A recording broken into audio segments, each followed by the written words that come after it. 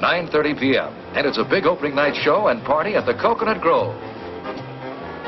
Mater D. Gilbert greets us as we're going to have Din Din with Darin. That's Bobby Darin. See his very exciting performance and then go to the big party afterwards.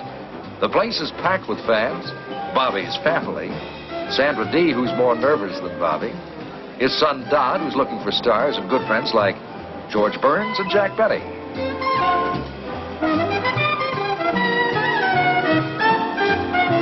Mia Farrow is doing the Peyton Place Watusi. And here's a rare picture of Jack Benny. Joanne Woodward came with public relations man Warren Cowan. And no, I didn't come with Frankie Avalon. We just said hello. Now I have to hurry along because we have an exclusive interview before the show with Sandra D. and Little Dot. Sandra, this is quite an occasion for Dot, isn't it? It sure is. First time. He was at the opening in Las Vegas, but there weren't so many people and press around. Oh, you did what? Darling. I think he should just sit and be quiet. When you got ready for coming to the opening tonight, you not only had to get yourself ready, and you're gorgeous tonight, but you had to get Little Dot ready. Did you have to get Bobby ready? No, Bobby came here earlier, so he's been here, but I had to feed him some dinner.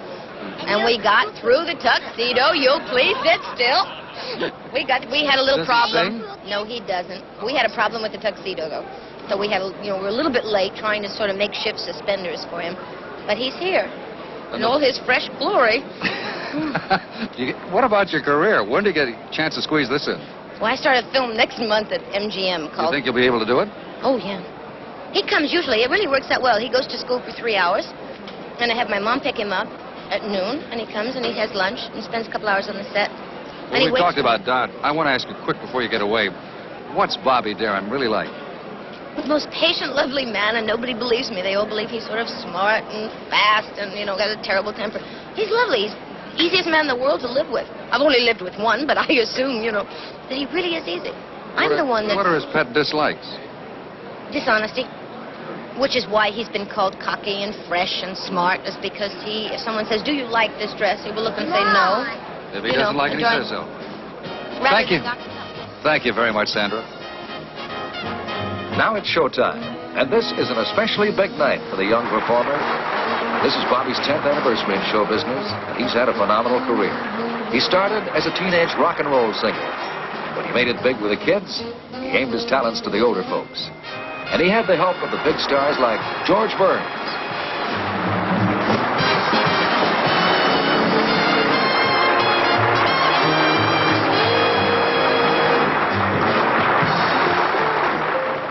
Tonight he has something to celebrate. That's about to begin as the show is over. Terry Moore, Edie Adams, and her husband Marty Milne. Jack Benny and George Burns moved to the private party in another part of the Ambassador Hotel. Let's follow Sandra in. She's with Bobby's manager, Dave Gershenson.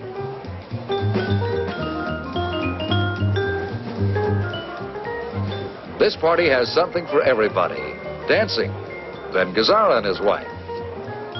Lots of bubbling champagne. And congratulations to Bobby from Mia Farrow. And another pretty good singer, Anthony Newley. Or some just preferred talking, like Connie Stevens and Mickey Callan. We'll come back to the party in just a minute, but now it's time for us to congratulate Bobby Darin. Bobby, congratulations. Well, thank you, John. It was a great show. I'm glad you enjoyed it. Thank you. Before the show, we talked to their Frau, Sandra, and we asked her, what is Bobby Darin really like? Oops. We'd like to ask you, what's Sandra D. right? She is the most patient, most understanding female that was ever born. To put up with my lunacy, and I have to be just enough of a lunatic to be in this business. No, that's what she said about you. Is that right? Because we had it worked out. John, we had it worked out. Nice routine you got.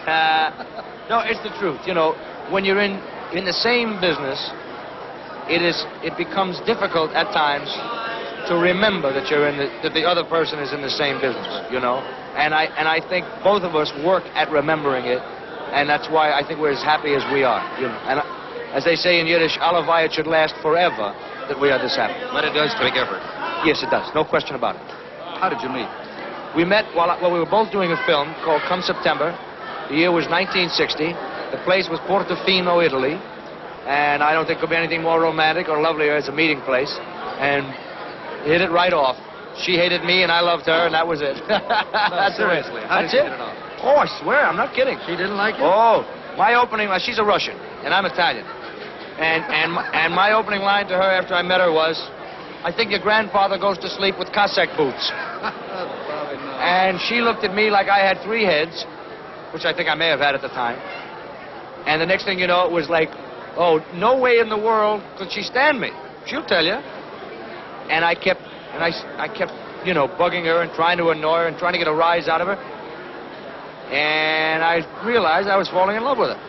And she didn't tell me that she was falling back. Somebody else told me, said, you know, I think Sandy likes you a little bit. You know the way you are when you're kids. And I said, nah, she can't stand me. That's why I keep annoying her, you know, trying to get some attention from her. Finally, next thing you know, there it was. It's the rule of opposites? Something like that, yeah. Bobby, congratulations again. My pleasure. Thank you very much. I assure you, my pleasure. Thank you.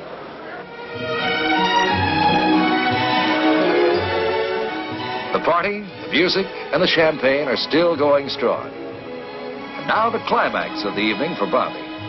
This huge cake honoring 10 years as a recording, nightclub, television, and movie star.